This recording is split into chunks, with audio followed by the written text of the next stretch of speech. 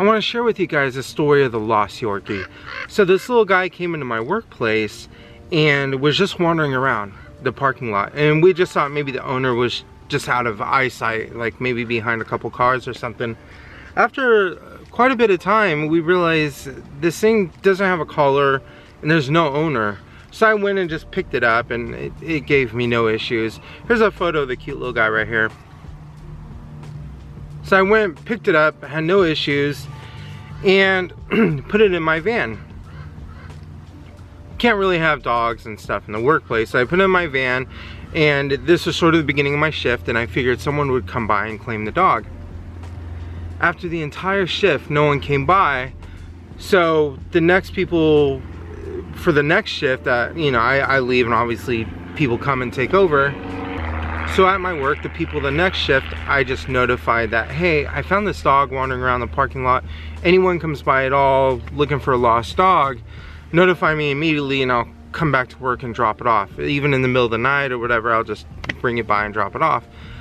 So now I'm leaving work with this dog that's not mine, and I didn't want to take it to a pound or shelter just in case the owner does call. It's like, you know, I'll give it a little bit of time. So I bought the cute little guy a few things, some collars, and it didn't have a collar, and a leash, and just some of the basic cheap stuff you'd get at Walmart for like $4, you know what I mean?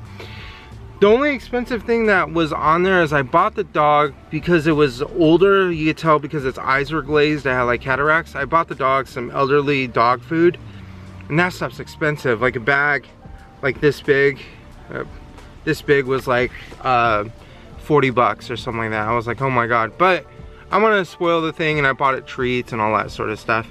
Morning comes and I go into the shift in the afternoon, and no one's claimed it at all. No one's claimed the dog, no one's claimed anything. So I'm like, uh-oh, what's going on? So I started using social media and looking up lost dog flyers or whatever on Facebook and Instagram and all sort of local hashtags and all that stuff. Nothing. Didn't find anything on a lost dog or anything like that. I was like, okay, what I'll do is I'll go ahead and keep the dog for a couple days. I kept it for like 4 or 5 days. Once again, I did want to try to avoid taking it to shelters or the pound, even no-kill shelters, because it was older.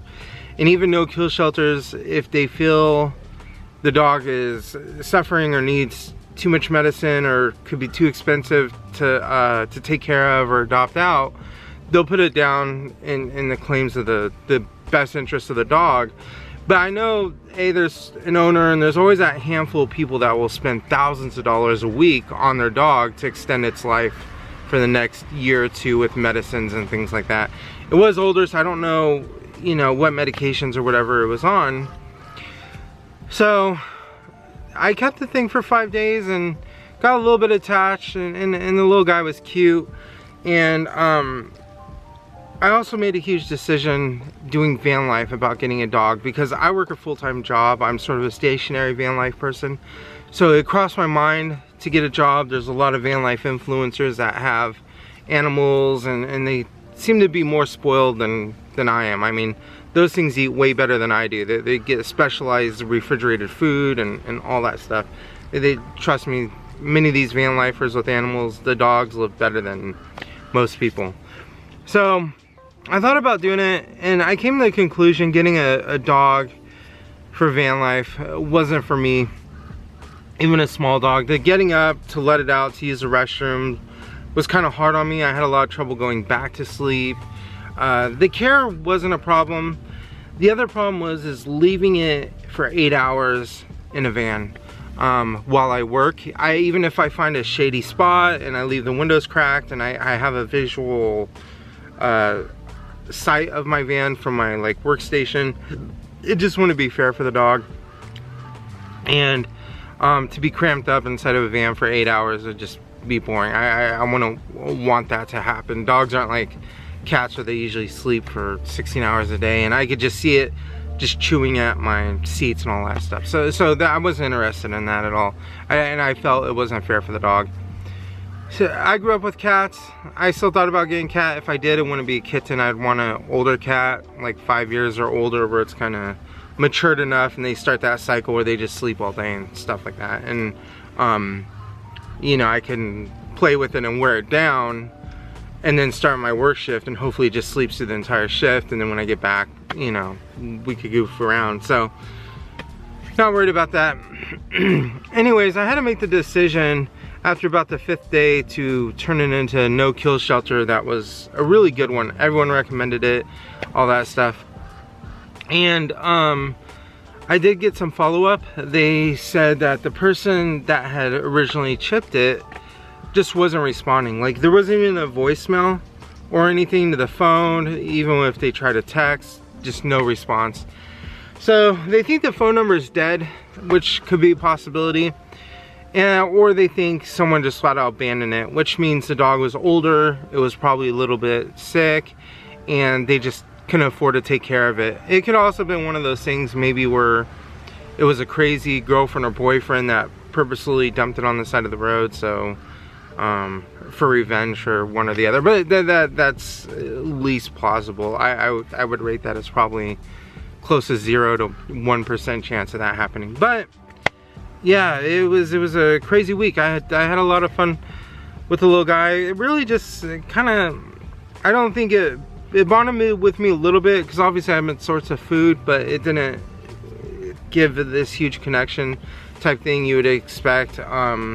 Like, it wasn't wagging its tail back and forth when it'd see me, but when it saw me laying down, it'd come and just kind of lay near me more by the feet or something like that. It wasn't like licking my face all excited.